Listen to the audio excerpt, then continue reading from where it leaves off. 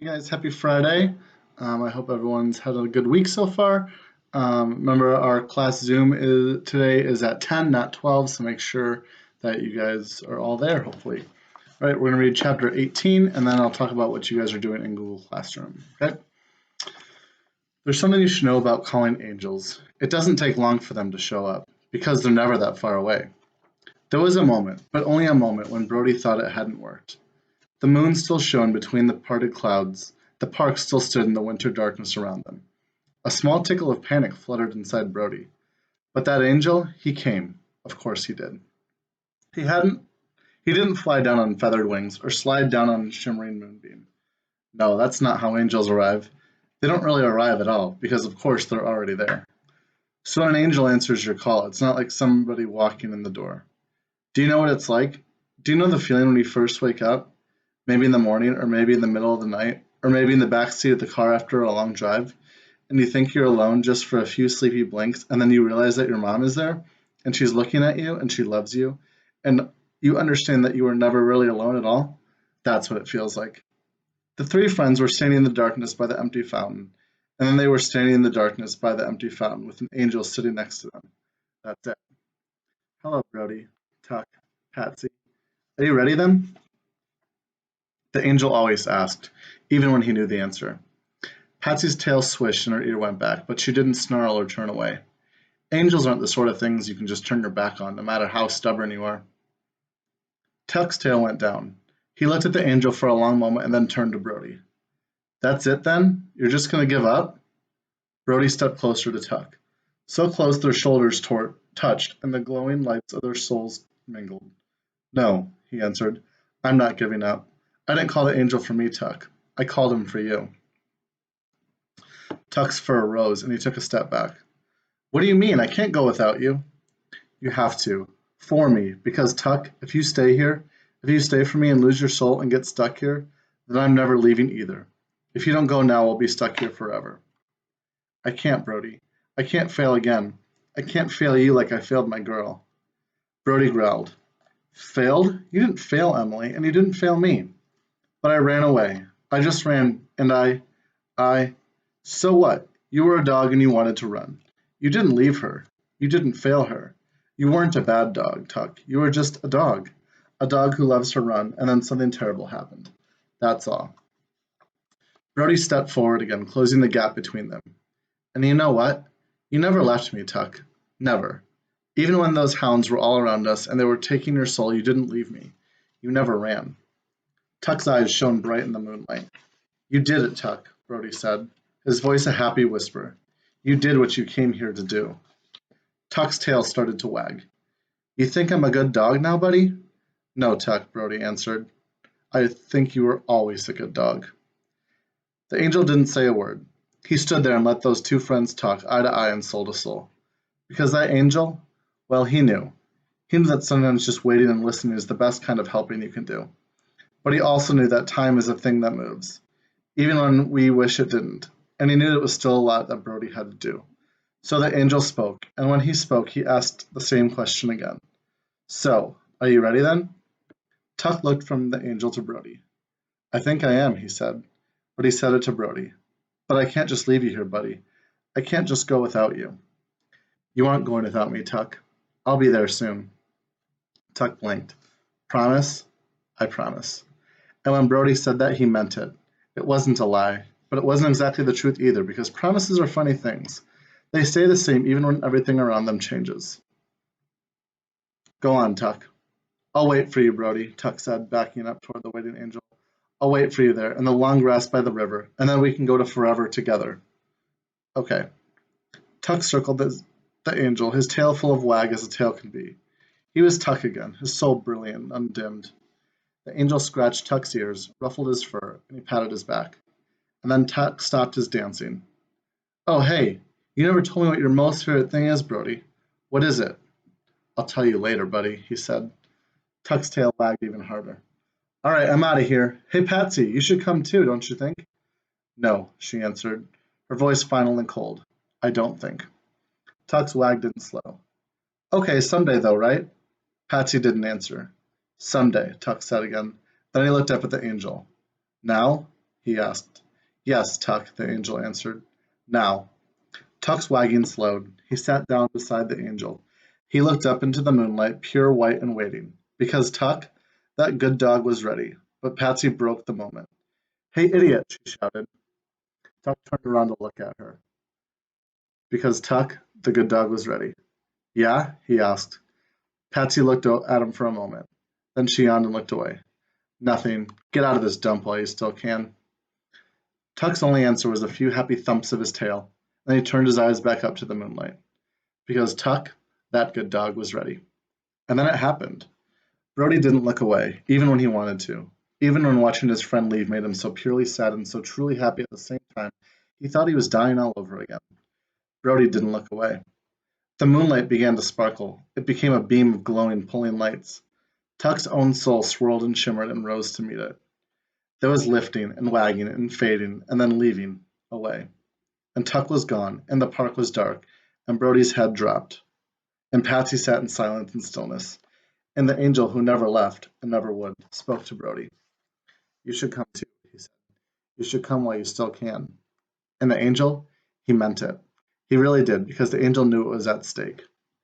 Brody lifted his head and walked to the angel. He'd seen the way the angel had rubbed and scratched Tuck, and Brody right then just wanted to be touched. He was a soul, and he was a fighter, and he was a friend, but he was also just a dog, and he wanted to be petted. The angel scratched Brody in all the ways and places that he liked to be scratched. And you know what? That angel enjoyed it as much as Brody did. Are you ready? The angel asked for the third time. I can't go, Brody said. Not until I find him. I know. Will I find him? I don't know, Brody. There are a lot of things I can see, but the future isn't one of them. The angel's fingers rubbed into Brody's muscles, scratched at his skin. It didn't matter that the angel didn't really have fingers or that Brody didn't have muscles. It felt good just the same. You don't have to do this, you know, the angel said, his head low, murmuring just into Brody's ears. The world goes on with or without you. Your boy will have his life, with or without you. He's moved on. You should too. Is he okay? Your boy? Yes, is he okay? Can you promise me he's okay? Can you promise me he'll be okay? There was a shake to Brody's voice. No, that's not how it works. I'm not allowed to make any promises, Brody. But I can tell you this. Losing your soul to darkness won't make his road any lighter, whatever his road is. Come with me now, Brody, before it's too late. Brody pulled back. No, I'm going to find my boy, no matter what. The angel stood. His face, if he had one, would have almost been mad. Now, angels, they aren't supposed to get mad, but the angel was. Love can do that. You don't know what you're risking. He looked away in only the way angels can, through the trees and down the streets and into an alley, and what the angel saw there was dark-eyed dogs rising up and sniffing the air. Those demons, they're coming, you know, he said. They're already on their way, and they'll find you, and there's nothing I'll be able to do to help you. Brody looked out. Okay, Brody said. I guess I better get going then. And then the angel, he was gone, and the moon was covered in the clouds. Brody looked at Patsy. You still with me? He asked her. The cat yawned. Why not? She asked. And then without another word, they trotted away together in the night. Let's see. Maybe we'll read a couple pages in the next chapter just so we can get a kickstart on it. All right, chapter 19. The monster sat breathing in the darkness. The couch creaked under him from time to time as he shifted or stretched. The blue light of the TV flickered on his face, casting a head-shaped shadow on the wall behind him. The can of beer moved back and forth from his mouth to the coffee table at his knee. The TV was blaring loud, filling the room with shouts and bangs and music and fake laughter. Brody sat watching him. As he looked at Aiden's dad, his fur never unbristled, his lips never unsnarled. It didn't matter that Brody knew the monster could never hurt him again. It didn't matter that the monster couldn't even see him, let alone kick or punch him. It didn't matter. The man on the couch still felt dangerous, and still felt deadly, and he still shivered Brody with fear. That was the last place Brody wanted to be, but it was the only place that he could go. His boy wasn't there, he knew, but there was nowhere else to look. The room felt almost empty without Tuck by his side. Brody tried not to think about Tuck. He was working hard to hold on to his hope, thinking about Tuck being gone didn't help. He was glad that Tuck had gone, and that he was safe and happy. He really was, but truthfully, Brody missed him. He really, really did. Patsy sat beside him. Her soul light swam around her. She'd lost one more on their car-hopping trip from the park back to the house, just in the running and jumping and landing, even though Brody had carried it in his teeth like when he could. just like Tuck had. She only had a small handful left now. 3 or 4 lonely lights were all that remained of her soul. Brody's lights were fewer too now. He could tell, not just by their lessened brightness, he could feel that he was fading. And Brody, he trembled when he thought about being lost forever, about losing his soul, going dark, and being lost. But Brody sat there. He sat there and kept his eyes on that monster. The monster sniffed. He cleared his throat. Brody looked at him. The monster's eyes were red, puffy, and they weren't looking at the TV. They were looking at his own hands, and his eyes were full of things held back, just like that girl's in the cafeteria. Patsy's girl. Brody cocked his head. He looked down at those eyes, at what was inside them and what was being held back. The monster, in that one lonely moment, didn't look so monstrous. Darkness is a funny thing. Funny how it can twist and tear and torture. Funny how it can take a soul over. So, how long do we wait? Patsy asked. I don't know, Patsy, as long as it takes, I guess. And what are we waiting for again? And then at that very moment there was a knock on the door. Loud, sharp, the kind of knock that didn't want to wait. The monster's head snapped up. He swallowed the beer in his mouth and put the can down. He shook his head, wiped at his eyes with a grubby hand. Who is it? The monster hollered. Open up, sir. The voice that answered through the door was a serious one, commanding. The monster's eyes narrowed. He cleared his throat and stood up. Brody followed him to the door and peered around his legs as he opened it. The front porch was crowded. There were 3 people squeezed onto its cluttered darkness. 2 of them were wearing blue uniforms with lumpy belts and shiny badges.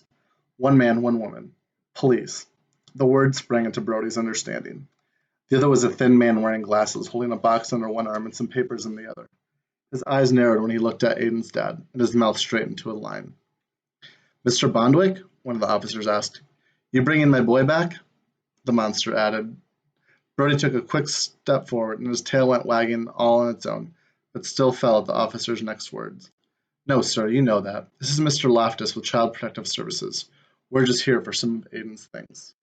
The monster bristled. You can't take nothing. We can, sir. We're just here for some clothes and his school things. You need to show us to his room. Now, sir. That's where we're going to stop. All right, so make sure that you guys are reading, make sure that you're doing the check-in, make sure you're doing ExactPath. And then yesterday you guys wrote your letter or your plan for your letter. Now today you're gonna write your actual letter. And so there's gonna be a document that says sample letter. So go ahead and use that as kind of a guide and then use your brainstorming paper from yesterday. And you're gonna kind of write just a letter to yourself, maybe describing your favorite things about what you like about 5th grade, what you're looking forward to doing, what you think 8th grade is going to be like, what you're doing during quarantine, what are your hobbies, just kind of whatever was on that paper, okay? And turning it kind of into a letter that should be about like half a page to a page. Again, the more that you write, the more that you'll be able to read when you're in 8th grade. So don't just write a couple sentences because that won't be as exciting. All right. Hopefully I see you guys all at the Zoom. If not, I hope you all have a great weekend. Bye, guys.